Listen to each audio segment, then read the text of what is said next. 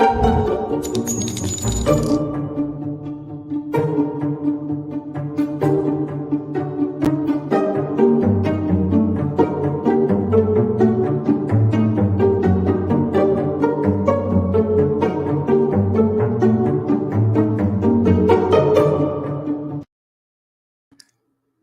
everybody, and welcome to a special pop up.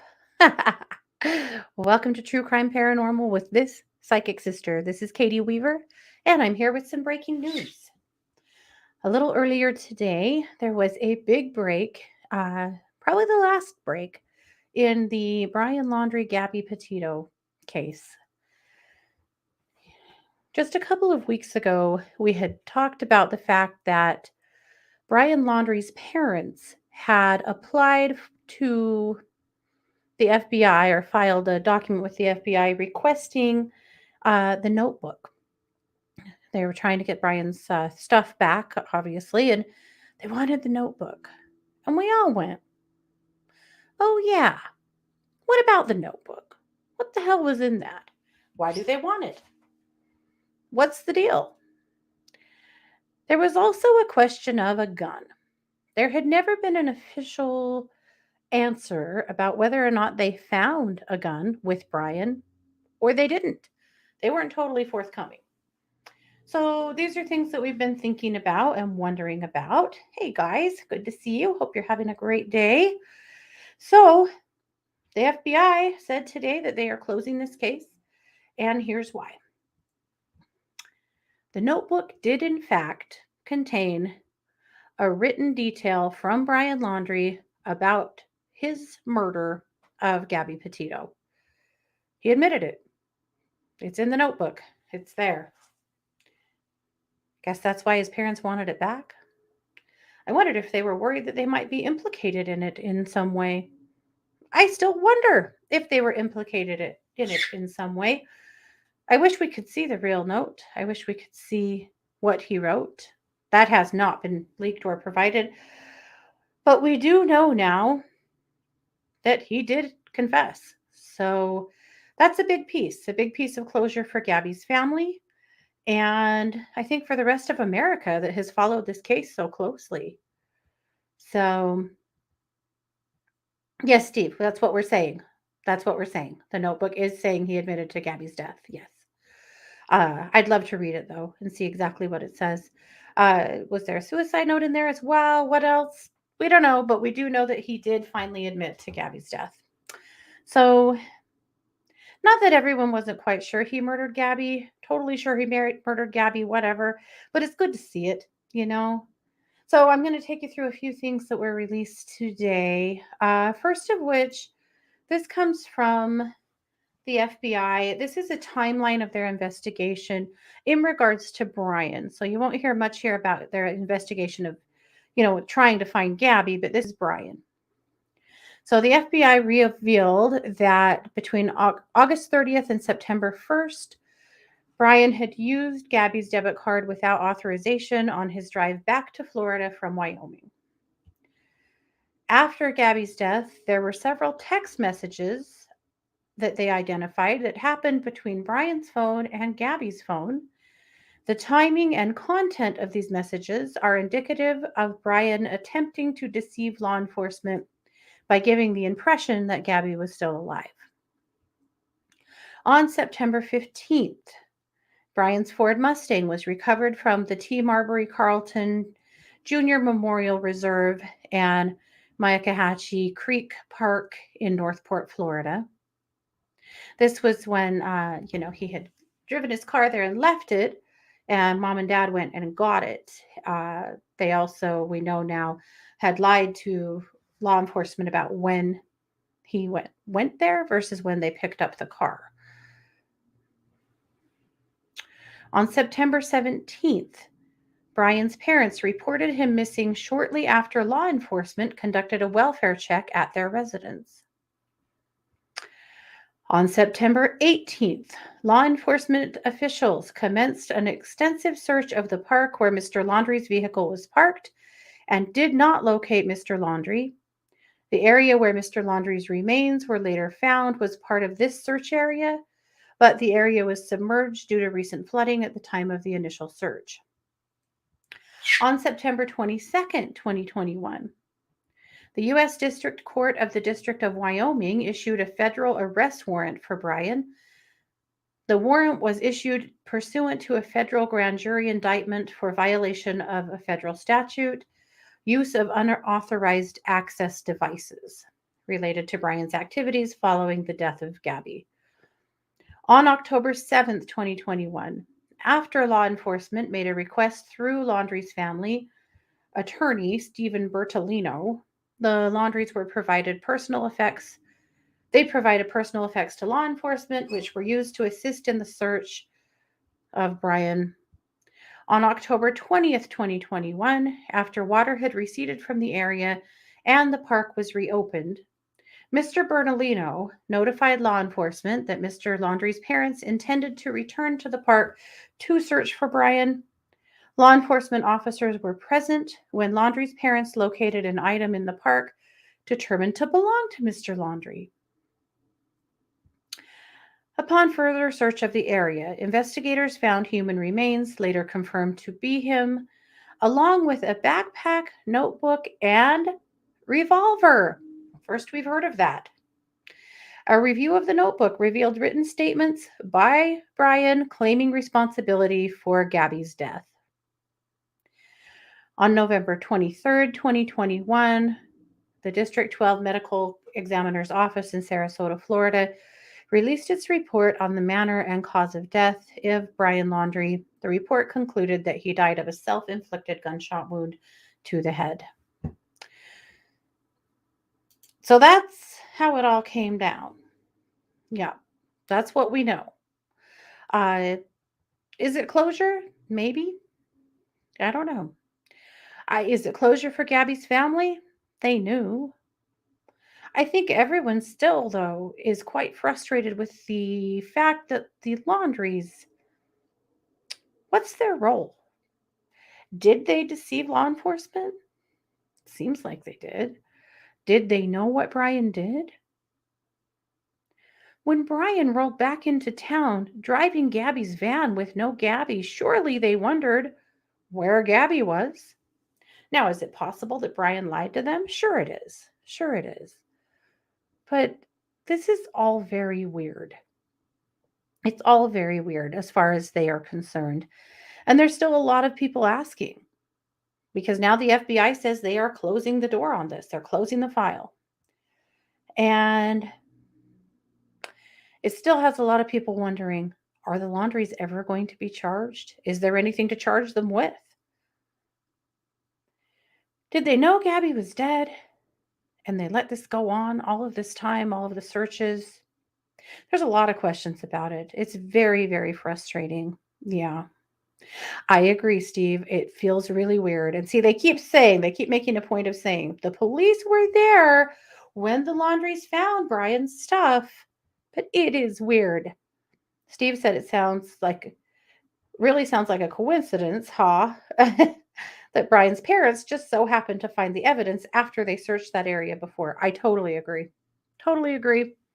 It's still fishy and weird to me, but I wanted to share a few more things that were released today. Let's see. This is a statement from Gabby's family. Gabby's family would like to thank the Federal Bureau of Investigation, specifically the Wyoming, Denver, New York, and Tampa offices, all of their task force members, and their assisting agencies. Gabby's family would like to thank the FBI's Victim Services Department for all they have done for them. Victim Services has been there for support from the earliest stages of this investigation and helped their entire family navigate through the worst moments of their lives. We truly appreciate the FBI's diligent and painstaking efforts in this extremely complicated case. The quality and quantity of facts and information collected by the FBI leave no doubt that Brian Laundrie murdered Gabby. And I think we can all agree that Gabby's family have been an absolute class act through all of this. This has been the worst thing that anyone could imagine going through. And they are using it as a way to help support searches in the future for other missing people, to help, you know, be a part of a solution to leave a legacy for Gabby that is more transparency, more uh, visibility for other missing people, particularly missing women. And isn't that amazing? They also have, you know, I'm sure that their anger towards the Laundries burns deep. I can't imagine how it couldn't. But they truly have been amazing through all of this. I think that nobody knows how you're going to respond to going through a crisis like this until you do. And some people, wouldn't have handled it the way they have. Not that I think there's any right or wrong answer. I mean, my God, what a horrific thing to go through and a horrible, horrible loss to live with for the rest of your life.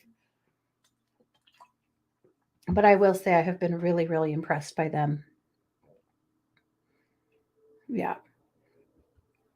So, a couple of other statements that were released today. This is from the FBI, from Special Agent in Charge Michael H. Schneider from the FBI Denver office. All logical investigative steps have been concluded in the case. The investigation did not identify any other individuals other than Brian Laundrie directly involved in the tragic death of Gabby Petitio. The FBI's primary focus throughout the investigation was to bring justice to Gabby and her family.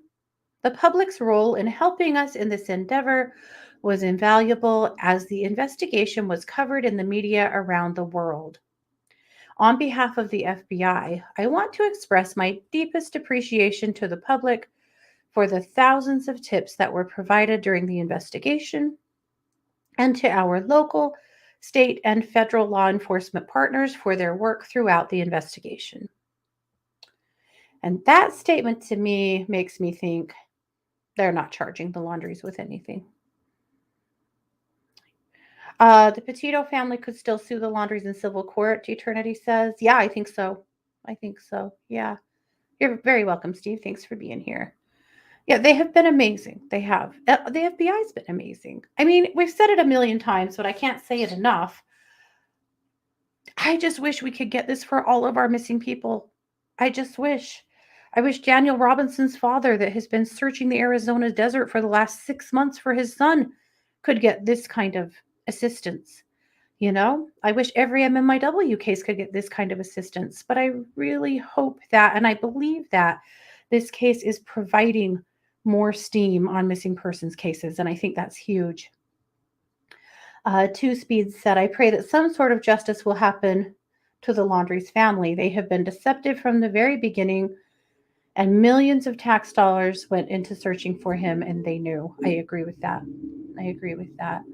Yep. Who is paying for that expensive search? I would imagine it is probably Florida taxpayers. Yeah. Uh, the last thing I have to share with you, if you're not already mad at the Laundries, is a statement that their attorney put out today. Steve Bertolino has been their attorney throughout this. He is not in Florida. I believe he's in New York. Um, any of you that are following the Vallow case, I've likened Bertolino to Mark Means a lot of times. And yet again, I'll do that today. Here's the statement that he released this afternoon. Gabby and Brian are no longer with their families, and this tragedy has caused enormous emotional pain and suffering to all who loved either or both of them. We can only hope that with today's closure of the case, each family can begin to heal and move forward and find peace in and with the memories of their children. May Gabby and Brian both rest in peace. No, no, Steve. May Brian rest in hell. To put them together in a statement like this, we're not talking about two kids that were killed in a car accident or that were murdered together. We're talking about a murderer and the beautiful life that he snuffed out. It is so disgusting to me that they would put out a statement like that at all. But today of all days, and try to act like what happened to the Laundries is just as bad as what happened to the Petitos, because no, it freaking isn't. I'm just dumbfounded. I'm not, because that guy, like I said, he's a bit of a Mark Means, I think, but still, are you freaking kidding me? And to put out a statement like that with still absolutely no acknowledgement that Brian murdered Gabby, it's just sick. The Laundries are ill, and their attorney is too, for putting out a statement like that. How gross. Ugh. Anyway, some things never change, apparently. I think also, if you read through between the lines of that, it's a plea.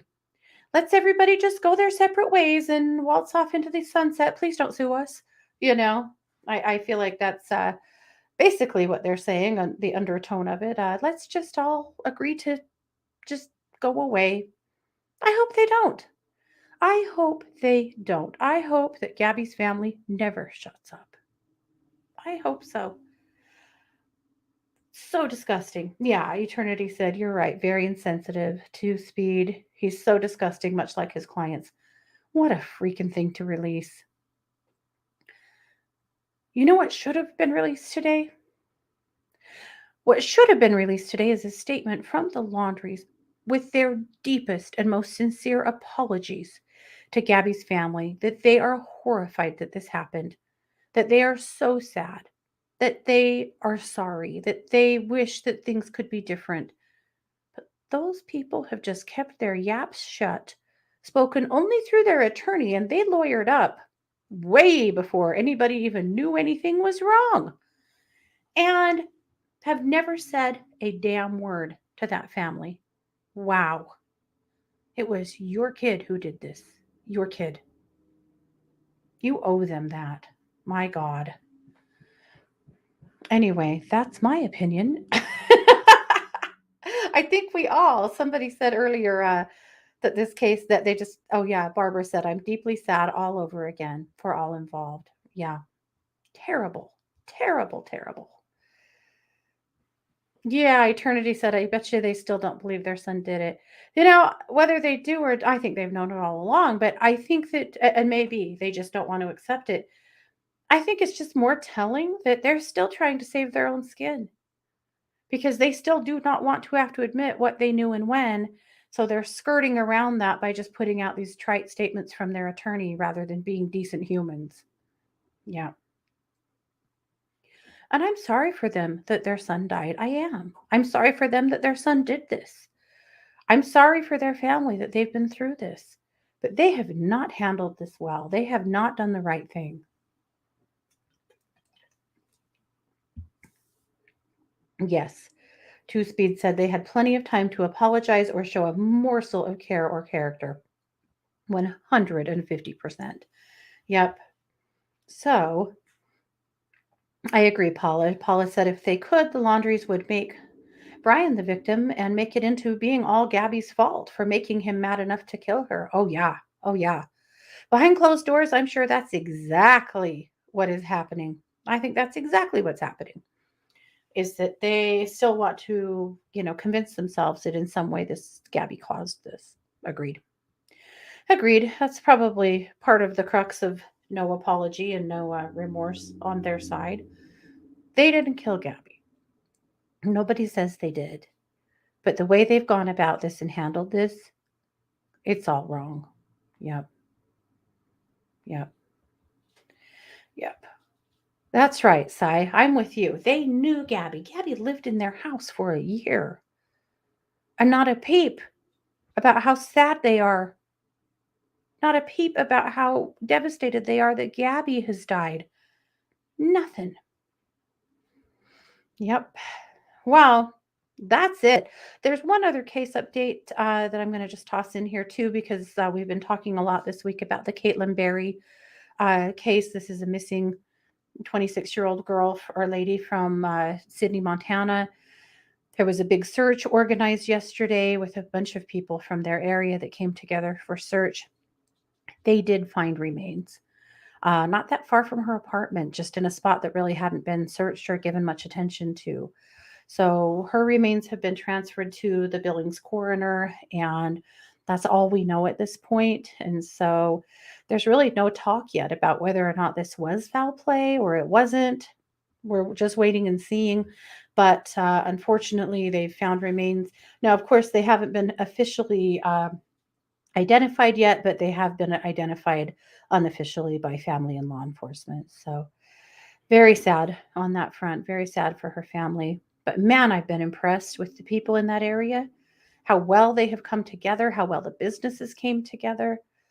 There was supposed to be a benefit event this evening at the bar and, some work on taking care of, or, to fundraise for this, to fundraise for them to search for her. And that's still carrying on. They're still going to have that. They're still going to come together as a community. Eternity, her mother's fiance, has been arrested. I did not read that. Hmm. Well, now I feel like we better check that out because I did not know that.